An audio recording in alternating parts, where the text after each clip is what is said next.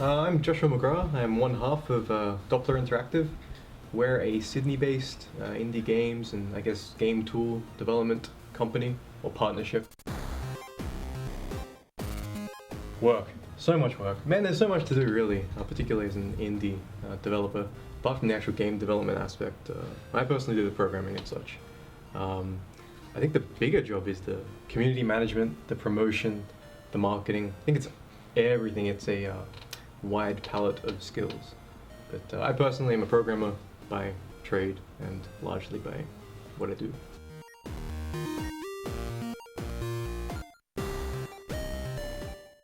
I was a computer science background for education-wise, and I had quite a bit of experience in that. But I think it was, I don't know, there's a big personality component, particularly in the industry, like with a lot of creative people, you know, you got to work with the designers and the project managers who don't know a goddamn thing, and the CEOs with a grand vision. So I think by and large it's that combination of, you know, a moderate amount of technical skill and I guess a creative mindset, or at least a leaning toward that sort of area. Both myself and my partner here have a sort of background in creative arts and music and such.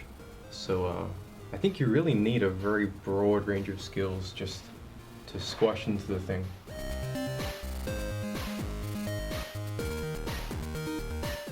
Oh, I'll tell you about the big one we've got going right now. We're actually making money now, so that's fantastic. That's what you want to hear from any business, really. So that's Tidy Tile Mapper. That's what we're developing now. We use a toolkit called Unity for all of our game development and such, and we've been using that for a long time now. Actually, since it came out for Windows, maybe 2.5 years, 3 years, something like that. Doing a lot of game development for iPhone and Android and such. But what we've noticed is it's very hard to make money from games. I guess the market's very big and very competitive, and people don't like to pay for anything. But it's not quite so hard to make money from game tools, because there's an awful lot of people who want to develop games, and only a very small subset of them will actually ever publish anything. But the rest of them are still happy to pay for tools to try to get things done a little bit more quickly. So around last November, we sort of conceptualized this concept of a plugin for Unity, which is the 3D engine, for painting your game in a sort of very intuitive, sort of Photoshop-esque way.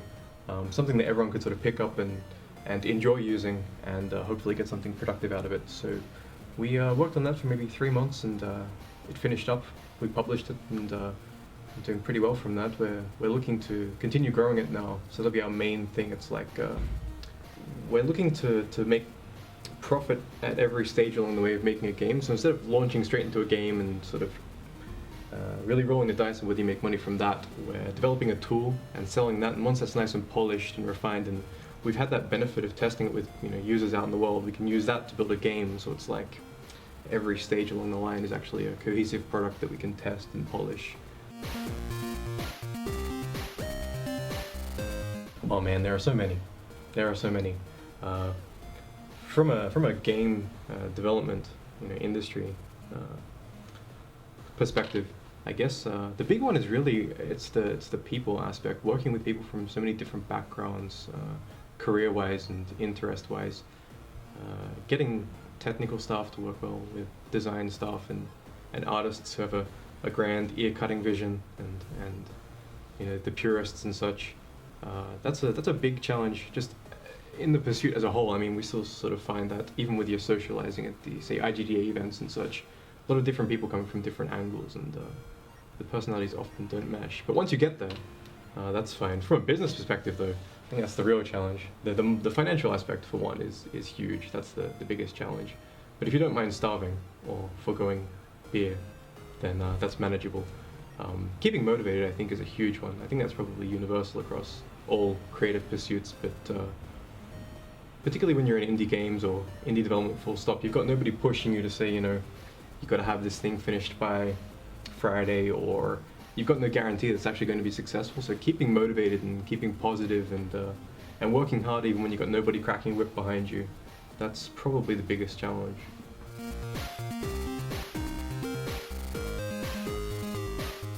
It is very rewarding.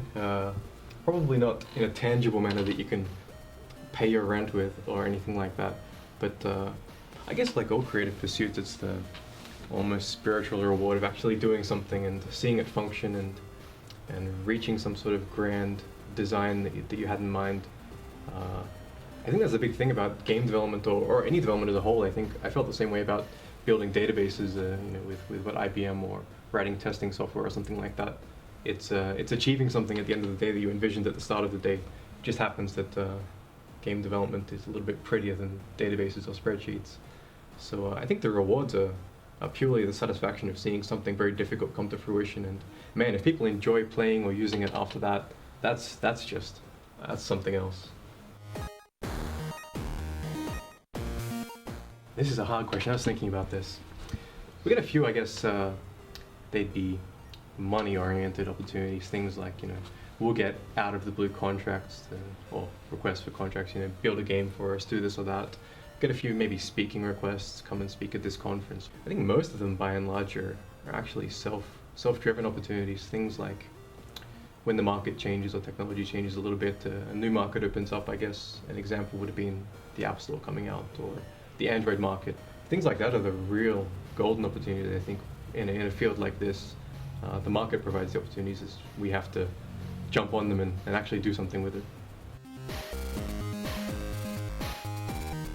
Not really so much. I think we're pretty free as a creative pursuit to do as we please. I think the big hot button ethical issue is the piracy issue, I think, and there's a lot of opinions about this.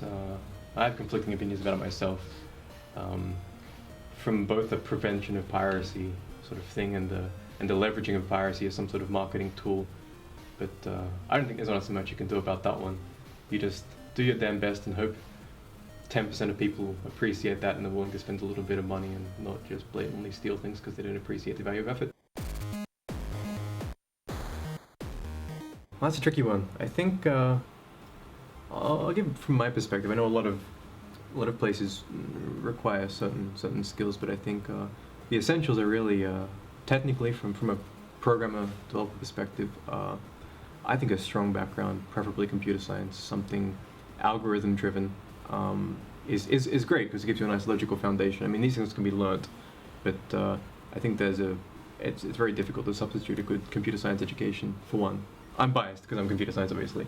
From a technical skills perspective, I think going into probably a C# is an excellent language to get into, because you'll scrape along sort of C++ along the way. A lot of companies tend to like this. You can use it with Unity, which is fantastic, and it's so syntax similar to Java that you may as well have learned two languages along the way. I think that's a good place to start. Oh, I have tons of advice. Step one, the really big one, is make sure you actually want to become a game developer. Make sure that what you want is not to be a rock star or to have a lot of glory or to have a fun job where you play with toys all day long, because game development is about as fun as building databases or maintaining spreadsheets or any other job in the world. It's actually a little bit harder, I guess, and sometimes more soul-crushing because you're so committed to it. Make sure that your passion actually is game development. I think there are a lot of misconceptions about what it actually involves, but that's the huge one. And the second one, I guess, is work really damn hard. If you're looking to get into the industry, you want to make free time for one, and you want to spend that just working. You gotta have a blog, have a Twitter, be always doing things. If you're working a 9 to 5 or 9 to 10 office job, when you get home, you got to be working on that game development stuff, man, because the industry is pretty damn competitive as it is. But all of that groundwork you put in is so valuable. It's what builds a good career. If you've got a solid set of skills, and no one's going to be able to teach you that. It's just time. There's no sort of secret to instantly becoming an awesome game developer. You just got to work really damn hard. But you do that, and you're well on the way. Once you've got that work ethic, man, the world is your oyster. You can do anything. That's good advice for everybody, actually. Take it to the bank.